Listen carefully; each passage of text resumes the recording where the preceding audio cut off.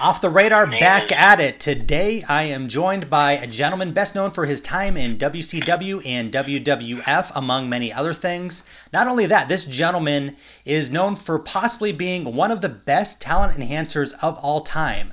I'm, of course, talking about none other than Mr. Barry Horowitz. Barry, how we doing? I'm doing good, Nick. Thanks. Am I below the radar or am I above the radar today? I guess you're above. You're on the radar because we're talking to you. That's right. Okay, so I like that. Perfect. No, thanks for having Mr. Technical on the show. I appreciate it. Pleasure to have you. Thank you for your time, sir. Yes, sir. Awesome. So we're going to jump into your career, but I want to know, what is Barry Horowitz up to in 2020? Barry Horowitz in 2020, basically, my life really is just, I train 6 days a week. I'm training probably a little bit harder than I did when I wrestled, because when you're wrestling, you got to do both, but you need to pay attention more to be, being on time at Monday Night Raw and having your matches spot on, pay-per-view spot on, promos spot on. You got a lot on you, plus you're traveling.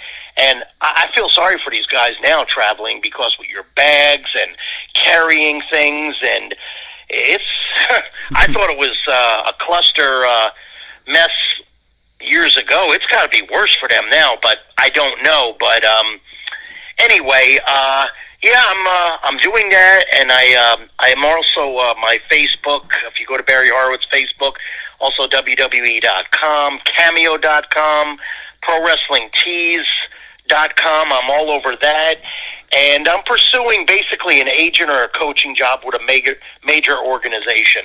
Oh, that's my next endeavor, and probably the last of my career, I would say. That. But I'm staying pretty active with meet and greets.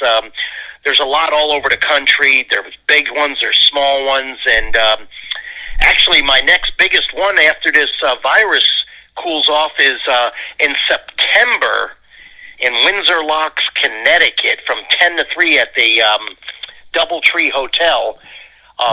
Wrestling Classics. It's going to be huge because, number one, that's a hotbed, that area, for wrestling. But people are thirsting for conventions because they've been canceled the last few months.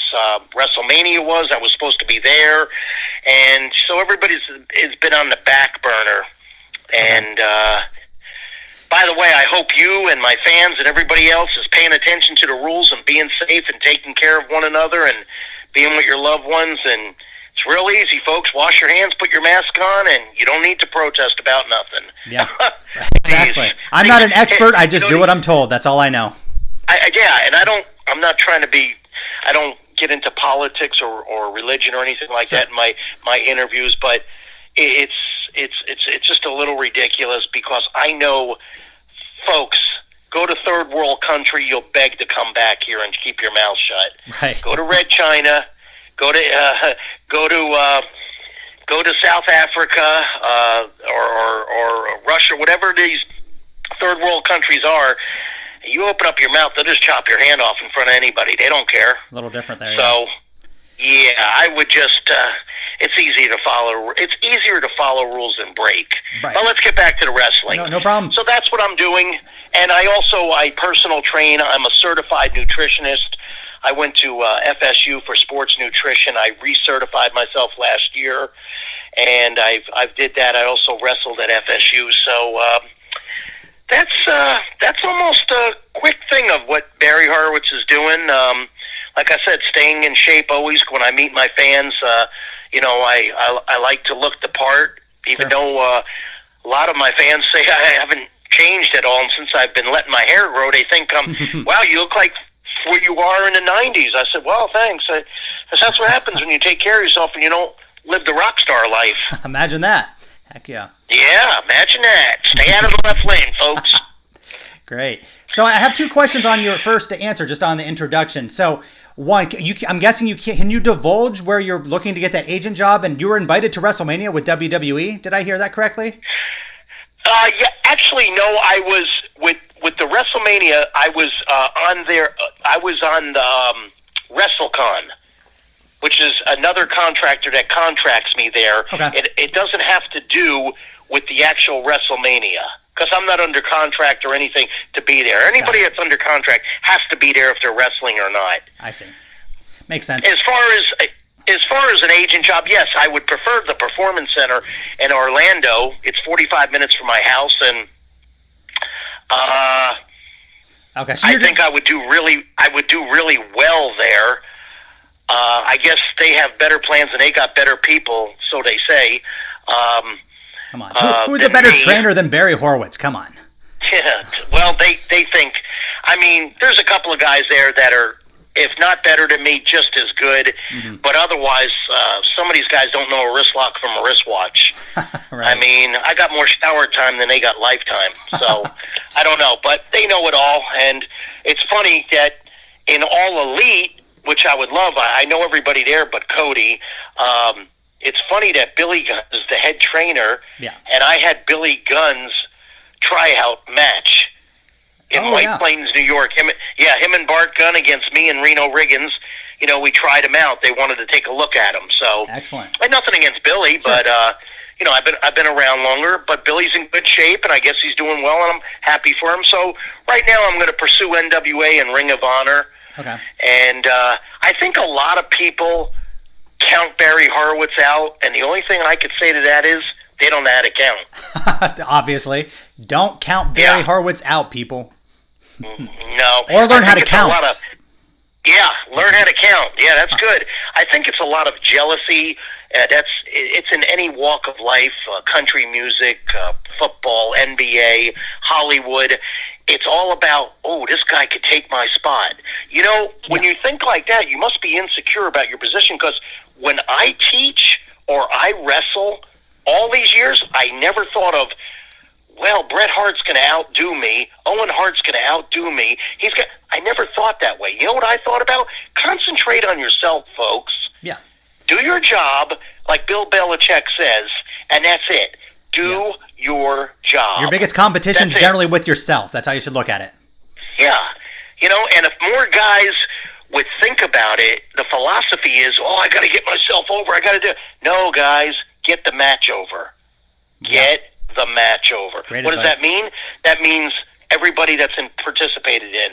If it's a single match, then it's 3 people. It's you, your opponent, and the referee. And it goes on with tag and triple threats and 6-man, 8-mans, whatever. Right. Battle royals, whatever. Get the match over. You know, it's the land of make-believe. It's not that I don't care, Nick, but if I cared about my amateur career when I did wrestle. That counts. Sure. Or if I was in the Olympics like Kurt Angle, that's a different story. But when you're in this type of sports entertainment, it's not that you don't care. Not everybody could be Hulk Hogan. Not everybody could go over. Not everybody could be the superstar. It can't be. It's not in real life. The Patriots got defeated. Give me a break. Oh, yeah. When does that happen? Okay? Mm-hmm. So that's my point. Definitely. And some guys just don't get it because deep down, and this is not a compliment when I say it, they're marks.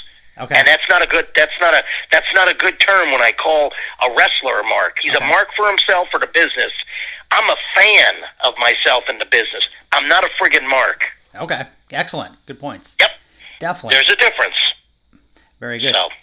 Excellent. So Barry, when did you and how did you get your start? Well, I pursued for a long time, Nick. It was hard back when I was pursuing. I was in a hotbed at the time. I'm lucky because I'm from Florida. Florida Championship Wrestling, the NWA, you know, Gordon Soley, Jack Briscoe. I mean, everybody was around. Don Morocco, Steve Kern, Brian Blair. It's hard to get in. I couldn't get in. I had to get trained. And I ran into a friend from a friend, knew a businessman that had a lot of pull in Tampa with everybody. He's a multimillionaire, and he owns his own business. And, you know, these people rub elbows with other people. Like, you know, I wrestle, and I've met people at parties or at WrestleManias or whatever. You bump into that do another thing. We're all from it's a same trailer, different park. We're all from the same thing. We're all involved in sports or entertainment, and some are fans of one another, so one hand washes the other. So that's how that works out. And he actually got me, it was like an interview with the great Malenko. And basically is what I did is I met him.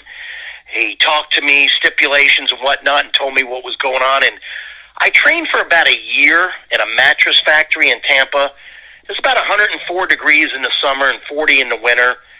And this was after a part-time job in lifting weights. And then I would go there, and we trained 3 days a week, at least 3 hours. Okay. I mean, we would do an hour of work, squats and working out and getting in the ring. Promos were nothing. That had nothing to do. You got to build. When you're building a house, you build a foundation. That's what Malenko did with me. Then I went on the road and got polished, and went to North Carolina for Crockett Promotions. Built the foundation. Now it was time to learn the business. In the ring, out of the ring, traveling with the likes of Steamboat, Youngblood, Bob Orton Jr., Ric Flair, Bugsy McGraw, Rufus R. Jones, Handsome Jimmy Valiant. The list goes on and on. Johnny Weaver. The list goes on and on. That was another hotbed. Mid-Atlantic Championship Wrestling, Crockett Promotions, which really helped me. I was there for 2 years, and I was at wrestling on the average 5-6 nights a week in a car every night. We went on a plane once a month to fly to Toronto, Canada, Maple Leaf Gardens. And that really helped me get polished. The foundation was there, then the polishing takes care, you know? Gotcha. And went there, and then I went back to Florida to wrestle, and after a year they did something with me, and Mike Graham put me over in his hometown, and I was the new Florida heavyweight champion, which is unheard of. Not too many guys win that belt that live there. I know Steve Kern did. I know Brian Blair did. I did, and Mike Graham was a big superstar. I mean, and it was really cool. He was business. He was professional. I actually miss him and his father. Rest in peace, both of them. Sure. And it was awesome. And then from there, I went to Mid-South, Jerry Jarrett Promotions, which, by the way, Jerry's in my top 5 of favorite promoters. Okay. He treated me with respect. He treated me well. Otto Wantz was a great promoter there in Austria. Fantastic. The All Japan, their Mr. Baba, their company was very good to me. Did that, and didn't last long. They treated me really well in Memphis, Tennessee, and within 6 or 7 months, I was gone. I went back to WWF. And that was about 1987 as Jack Hart, correct? Yes. Okay. You got it. Yeah, very good, Nick. Excellent. You're paying attention. You taught me how to count, and here we are. There we go. I love it. Heck yeah. So where did the pat on the back come from? The pat on the back really was by accident. I did it in an amateur match in high school. And, of course, I got ejected and not fined, but points were taken away, reprimanded. I mean, you don't do that in the amateur. It's not professional. And I just did it as a joke, kind of, and I never forgot about it. I never did it again until I decided, I said, well, like Chris Candido says, a.k.a. Skip, hey, what's your gimmick? Oh, I know how to wrestle. That's my gimmick. And that's how I look at it, too. You know, I'm not a face-painted guy that runs to the ring and shake the ropes and can't wrestle. I'm not that guy, and I'm not a gimmick like an animal or something. And so I said, well, I know how to wrestle, but I said, this will add some flavor to the soup. And I said, yeah, pat yourself on the back before you hit him with a Northern Light suplex. Or maybe after you hit him with a double underhook suplex, pat yourself on the back. And I decided to do that, and it was getting heat, and my persona and personality matched it as a heel, as a wrestling heel. So that's what happened. Excellent. And it worked well for me because people know that, and they love it. And actually, all my shirts on ProWrestlingTees.com have the hand on the back. Excellent. So it's pretty cool. Yeah, we're still talking about it to this day. Definitely. Yeah. Absolutely. I remember you had when you started in WWE, when you'd win your match, one of your finishers was the back elbow from the middle rope. I always thought that was a pretty cool move that I don't see many people doing today. No, no. Yeah, I did that, and I had a couple things. My favorite was the Northern Light suplex for a finish, and then I did like, as far as a submission, I did like the Texas Cloverleaf. Okay. So you were doing the Cloverleaf before Dean Malenko, before the Sharpshooter, the Scorpion? Nope. Excellent. No, actually, I'm going to be honest with you. I was doing the Texas, but I'll admit it, I stole that from Dean Malenko. Oh, so Dean was doing that before in the 80s, before we saw him in WCW. Yeah, he was doing that before me. I saw it, and I said, I like that. And he's one of my mentors, him and his brother. I also trained with Carl von Strongheim, and also, not too many times, but he came down, the famous legend, icon, real legend of the sport, Carl Gotch. Carl Gotch, all right. Yeah. Awesome. Yes, sir. Interesting. Okay, so we discussed earlier how you're known as one of the better talent enhancers of all time. So I'm not saying you're this word, but there's been some controversy in recent years. If somebody says or just uses the word jobber, is that offensive? Well, it is because of, especially if a wrestling fan says it, it's a marked statement, number one, and they got it from the internet or the cheat sheets or whatever you want to call them. So they really think I don't like when the fans think they're one of the boys. Okay. Okay, I love football. I don't think I'm Tom Brady or Peyton Manning, okay? I can relate because we're both professional athletes, but I don't go in there calling signals and audibles. That's their job. So that's why I don't like when marks do that. And like I said, there's good marks and there's bad marks.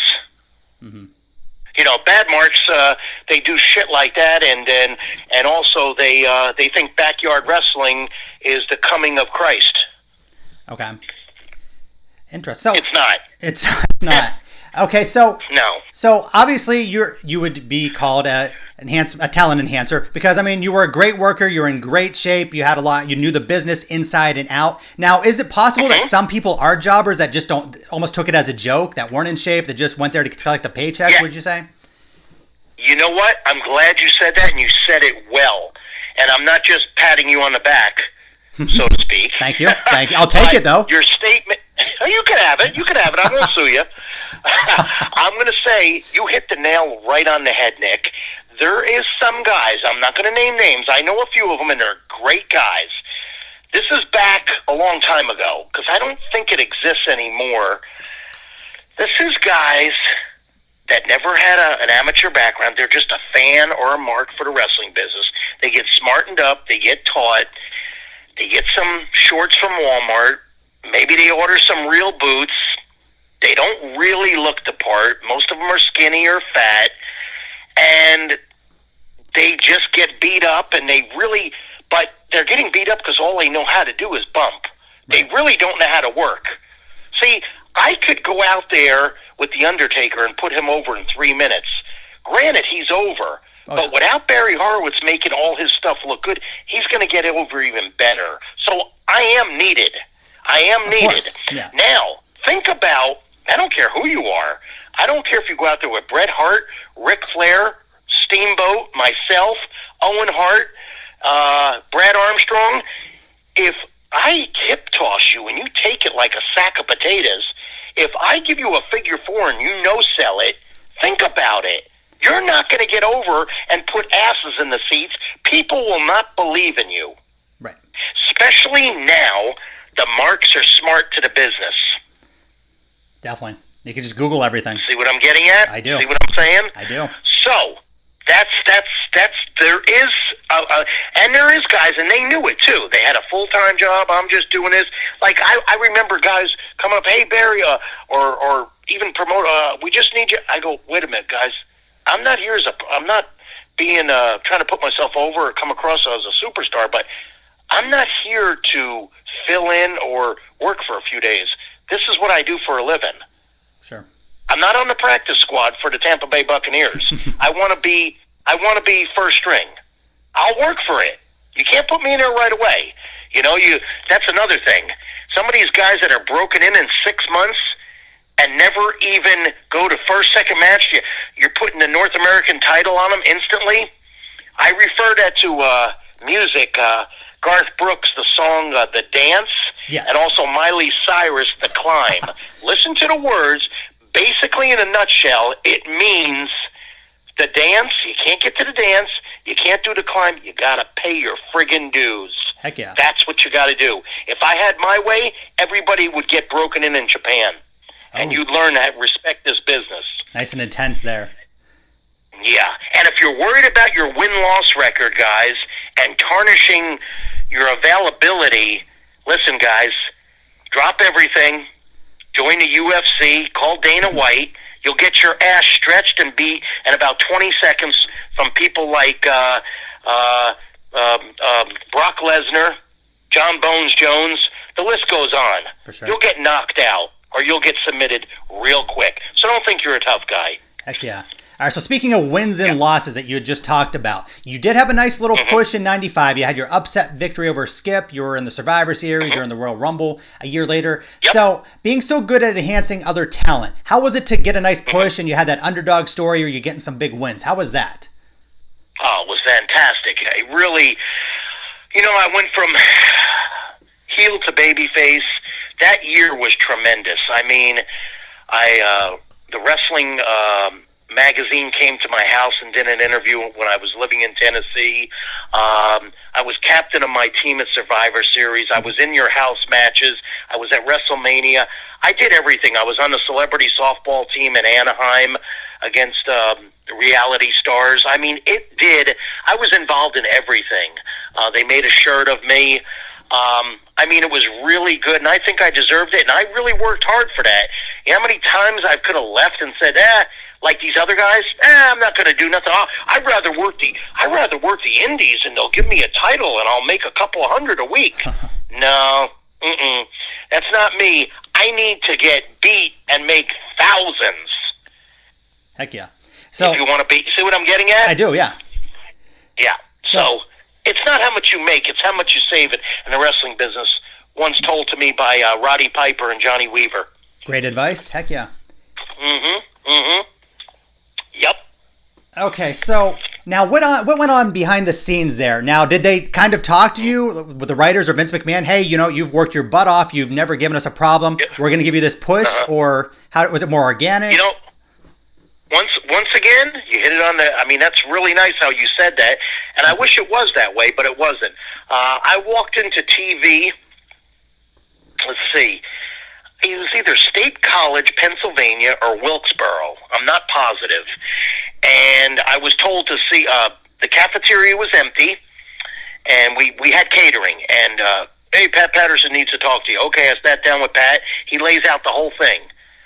And we're going to see how this goes. We're going to experiment. But I guess, once again, normally when they experiment, it goes better than they thought.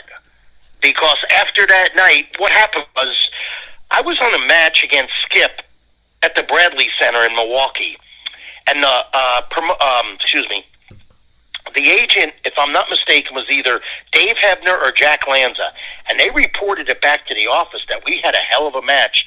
Maybe they should do something with me. Or us. Sure. That's what I was told. Okay.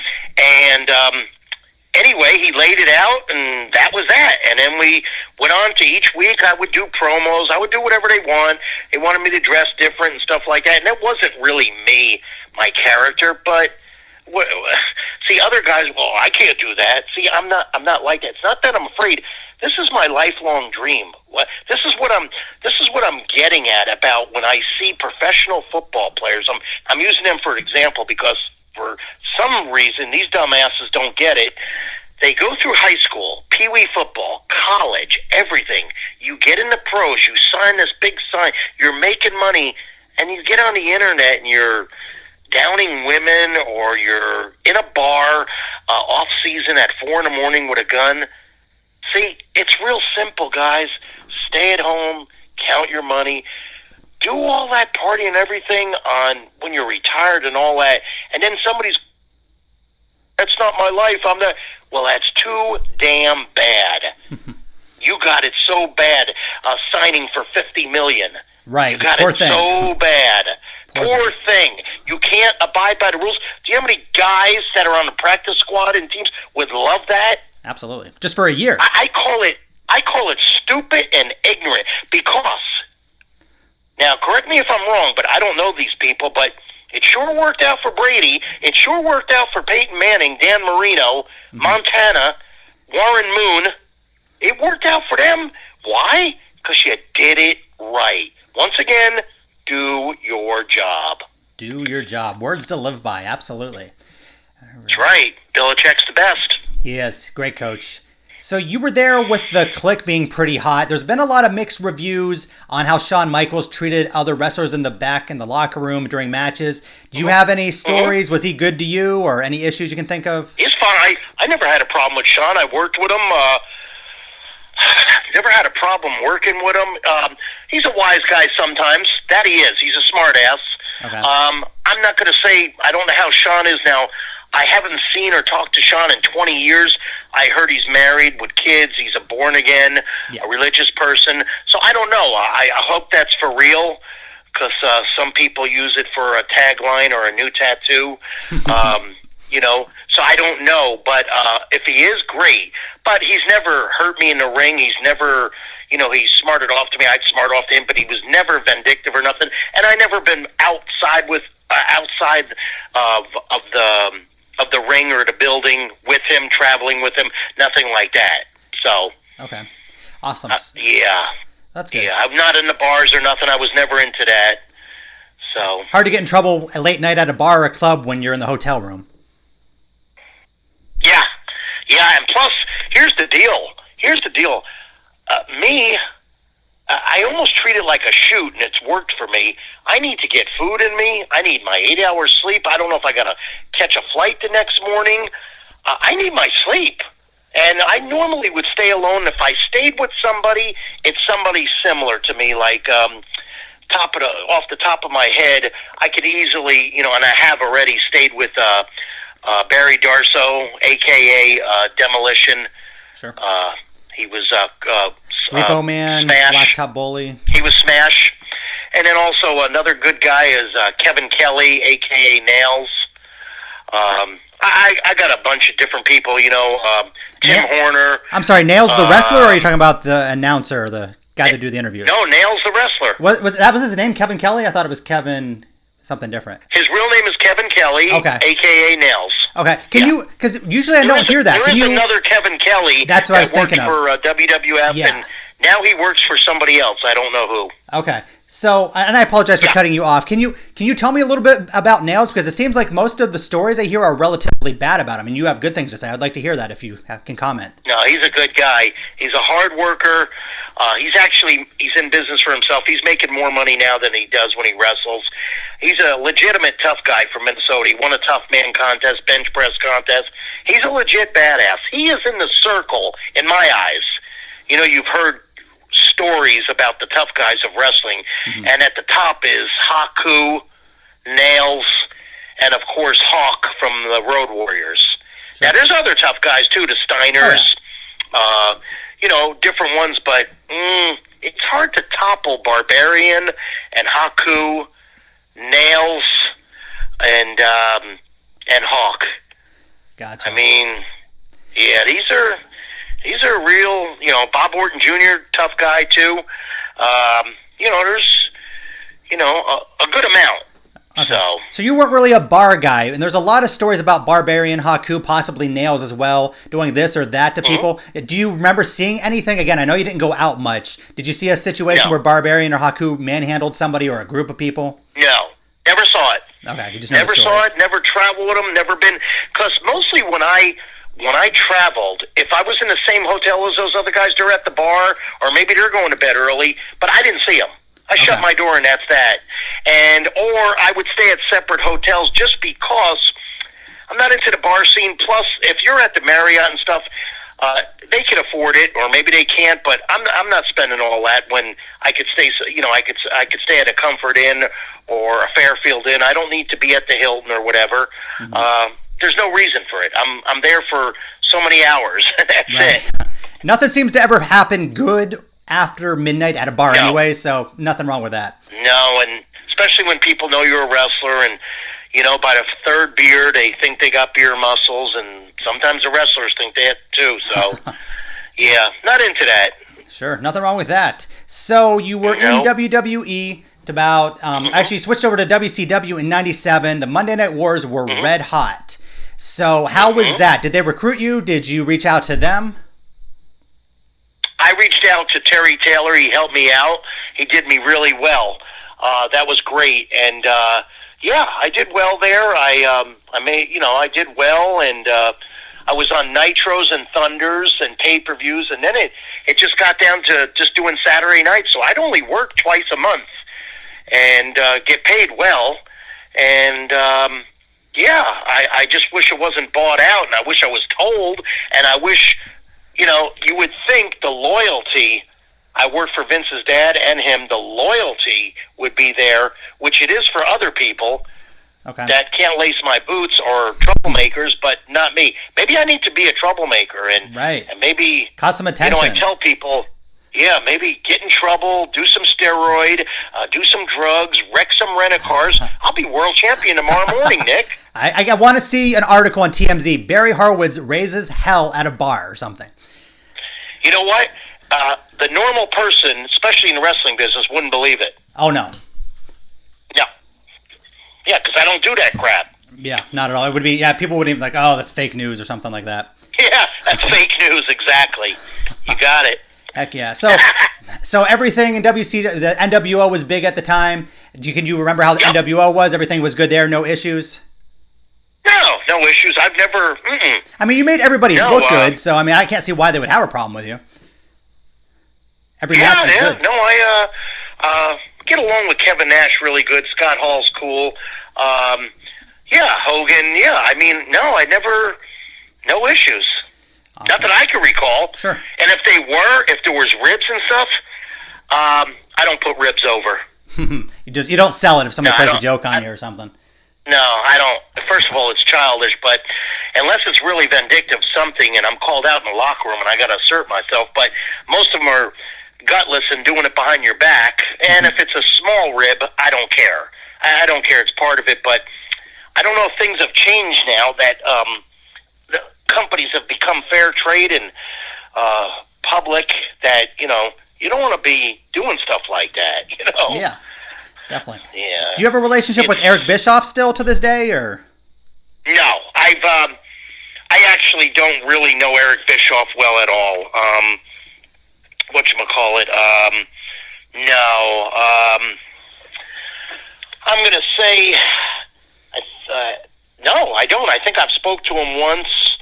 I'm probably, I'm not a superstar to him or whatever, and he knows more. This is coming from a guy that his claim to fame is being a half-ass announcer for AWA. Right. So. Gotcha. Yep.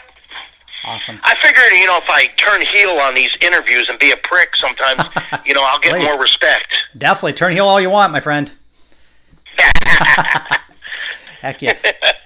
So, do you have basically, no. Who did you favor? WWE, WWF, or WCW? Like, what was ran better? Not necessarily the pay. What would you prefer working for? WWF. Okay. Interesting. Do you have a favorite match? Like someone you just hit it off with perfectly? Oh, God. I got a few. Of course, all my matches with Owen Hart. I loved working with Reno Riggins and Brady Boone. Scott Armstrong, Brad Armstrong, Tommy Rich, Tom Zink. Wow. Those were, of course, Chris Candido. Yeah. That's some great matches with Candido. All of them. I've had some. Yeah, I've had. I think that's. I don't mean to leave anybody out. Just a couple examples doesn't mean you're. But yeah, I've. That's my main guys. I would say. Most of them. Did you ever have a match with Ben? I'll probably think of more after I hang up. Oh, of course. Did you ever have a match with Benoit in WCW? Actually, I did. One. Okay. I can see you guys having a great match. Obviously, I'm not putting over anything that happened, but I can see you guys having a crazy good match. It was okay. For some reason, I don't know. I just had one match with him on Saturday night, and he was kind of disrespectful. Oh. Yeah, he was. I don't know. Maybe it was me. Maybe I didn't. Maybe I took it wrong. But it was almost like he didn't respect my work. He knows who I am, what I've did.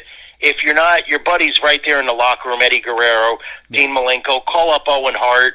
Okay, so I guess I had to prove myself to him in the ring, and I did. And that was it. And that, he's kind of a quiet type of introvert. Right. So did he actually say something or do something, or just the fact that he was kind of standoffish? He was kind of he was a little bit arrogant when I told him I wanted to. I was going to do a certain suplex, and he basically, don't drop me on my effing head. And oh, wow. I don't know if that was just his voice or he's being a wise guy or what. I didn't put it over, though, and I did do the suplex. Interesting. Okay. So, and I don't, and anybody that is in his situation, what he did, we don't even deserve to talk about him. Sure, absolutely. He doesn't deserve, no, not at all. So, that's the end of that. No problem at all. All right, so were you with WCW when the ship sank in 2000? I know you were there till about 2000. Was that when they were bought out officially, or did you leave beforehand? No, I think that's about right. Normally somebody would call you. I forgot who it was. It's probably a stooge, but he never called me, and which is very unprofessional. I guess if my name was Hogan or I was a superstar, I'd get a phone call. But again, the pecking order is kind of disarray. Gotcha. So okay. So outside of yourself, in your opinion, who is the best of all time? Wow. I knew what your answer was going to be, so that's why I said outside of yourself. I don't know. Owen Hart was really He was incredible. Rounded. I like Brad Armstrong. Tim Horner was really good. Man, there's a lot of good. Scott McGee, Brian Blair, Steve Kern. Man, I'm going back. I remember Tony Charles, Les Thornton. Les Thornton. He was a English wrestler. The Japanese wrestlers are really good in All Japan. The technical wrestlers. Of course, Bret Hart. You had some great matches with Hakushi, I remember, too. Yeah. Hakushi was good, yeah. He's very good. He's a good person, good athlete, loved his gimmick. Mm-hmm. And Chris was very good, too. Chris Candido, very good. Of course, Mike Graham. I'll wrestle anybody, but my forte, my cup of tea is that wrestling match. That Owen Hart, Barry Horowitz going a half hour. I love that, Sure. Rick Martel was a very good wrestler, too. Incredible, yeah. Very good. He was the real total package. And, the list goes on. I got a pretty good amount, list. Probably I'm forgetting some people. And again, it's not on purpose. I'm not, unless I don't like you, then I'm not going to put you over, so I'm not saying nothing. Gotcha. Heck yeah. All right, Barry, for your off-the-radar segment. So, for starters, I want to congratulate you. I know you were recently inducted to the New England Hall of Fame, correct? Yeah. I was supposed to get inducted in July.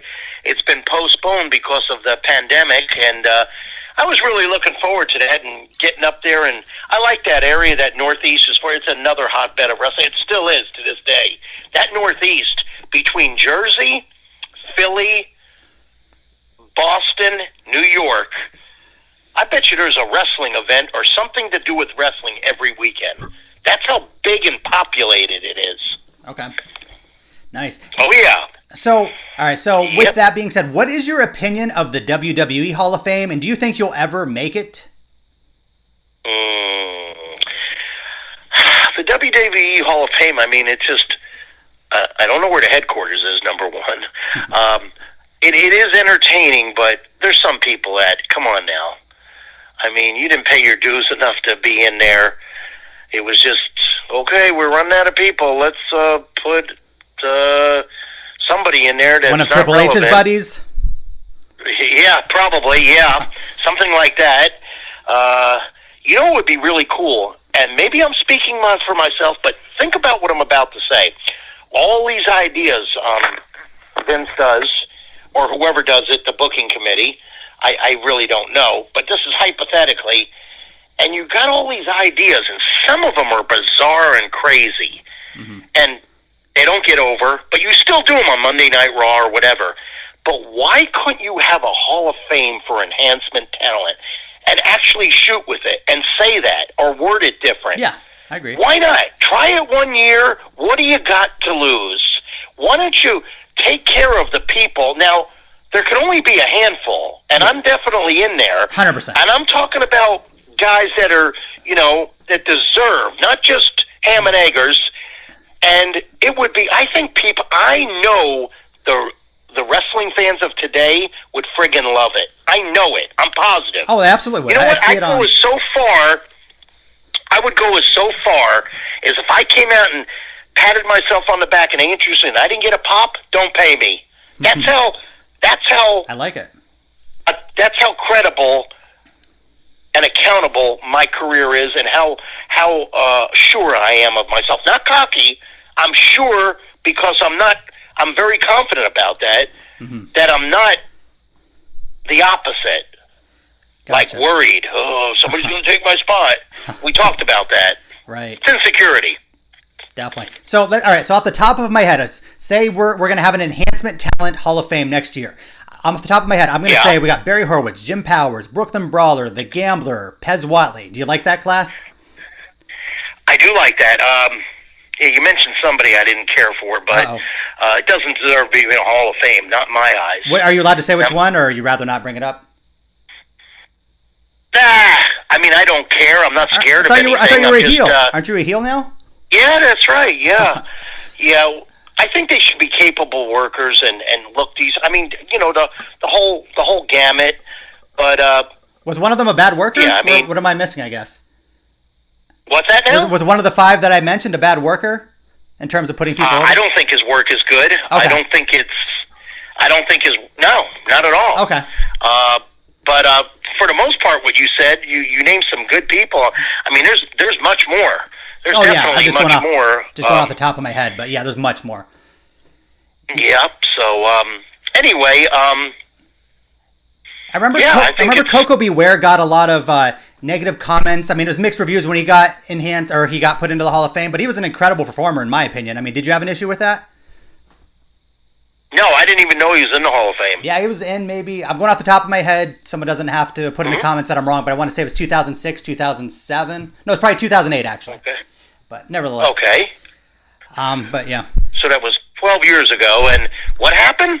He was put into the Hall of Fame, but a lot of people said, oh, you're putting a quote-unquote jobber or someone that enhanced a glorified jobber or something like that, which, again, it's not a good word to use. That's wrong. But he was a great performer. He was a high flyer. Yes, he was.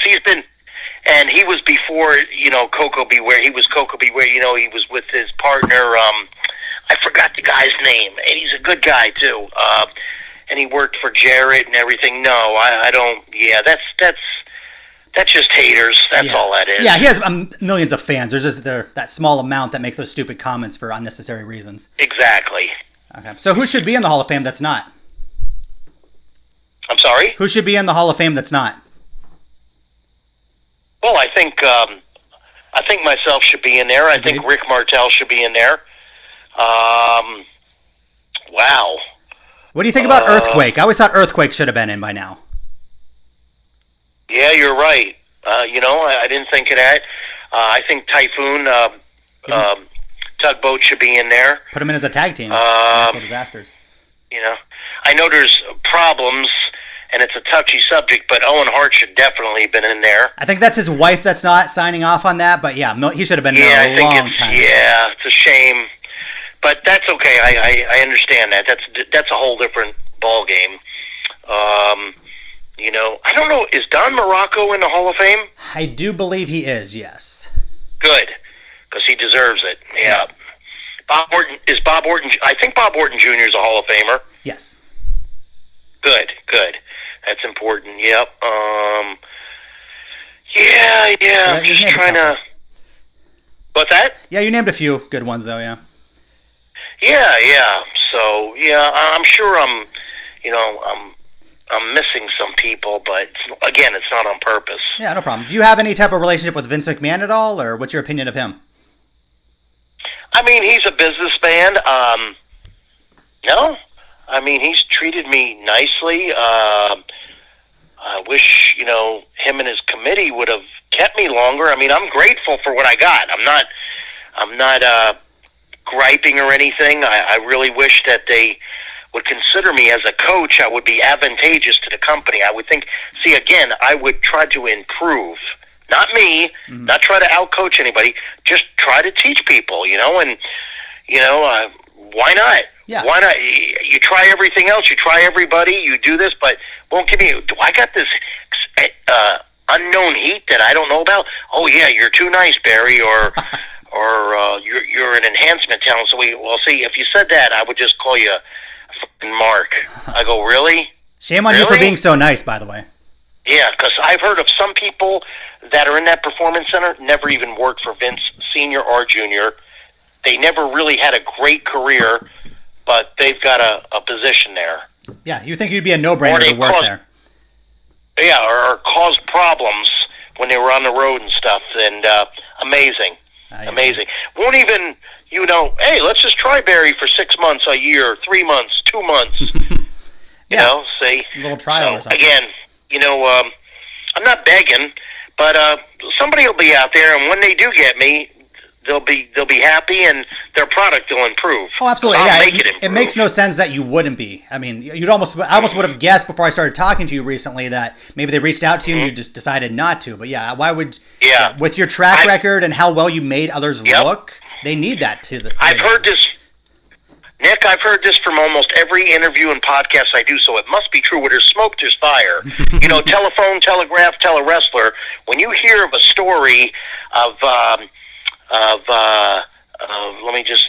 when you hear Jacques Rougeau punched Dynamite Kid Dynamite in the face, sucker punched him in front of Pat Patterson in Fort Wayne, Indiana, at catering, and you hear it 3 or 4 times, it's true.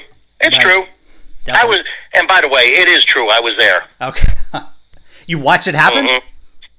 Yeah, sure did. Oh wow. So you were. So how did that all go? Like, how did everything happen? Or after you saw it happen? Well, I think I was either walking to catering or something. I saw Dynamite walking with Pat Patterson, talking to him.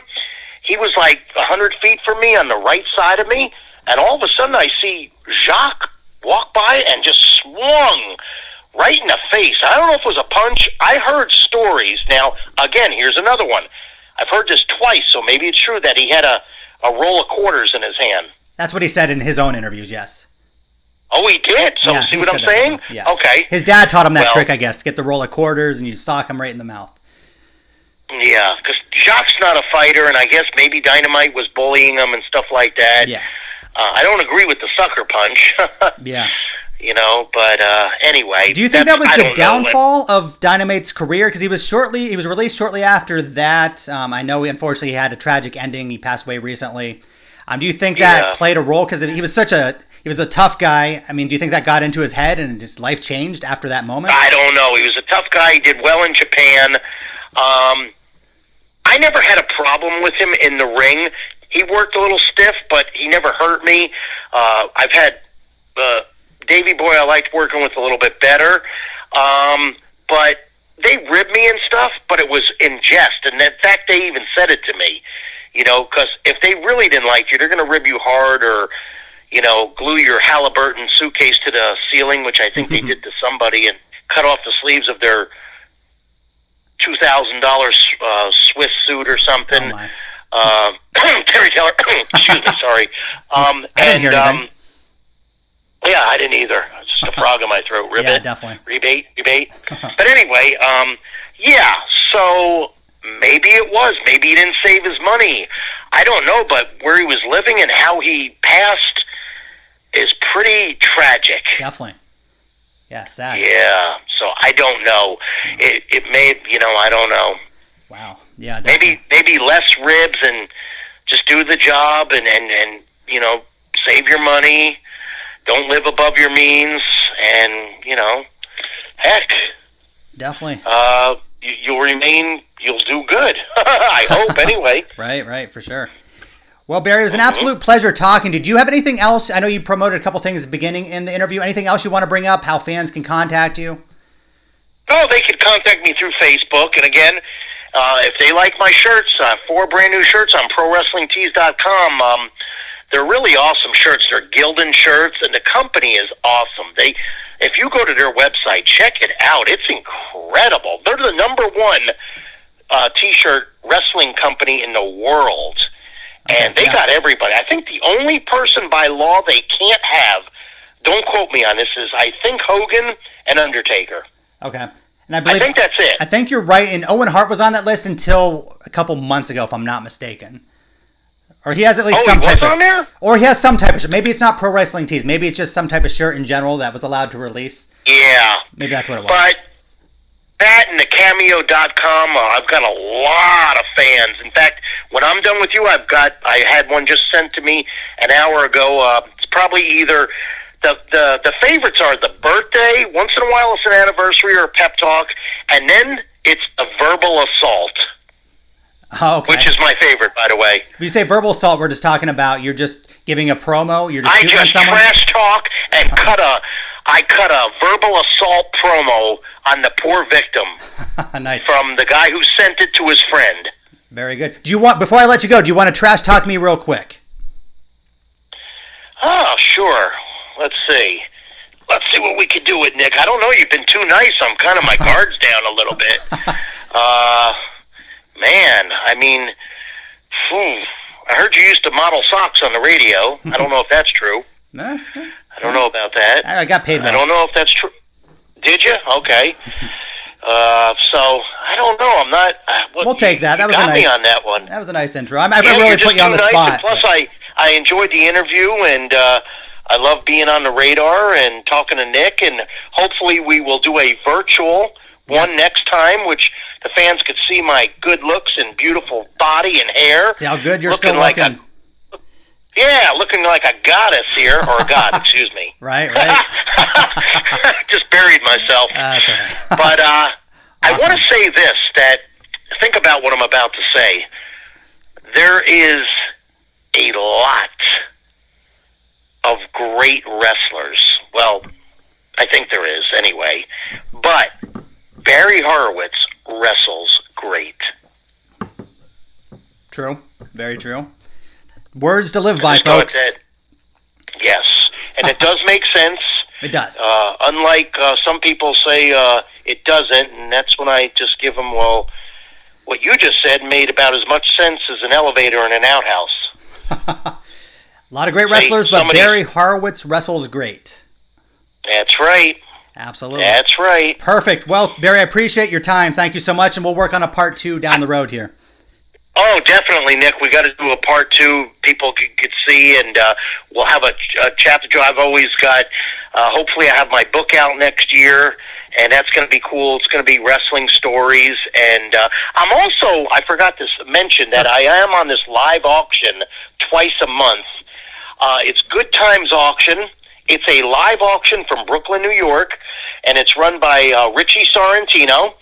He's great. He's also works with getting your credit scores heightened, and he's a good person, and his auctions are off the charts, and so is another one from Long Island.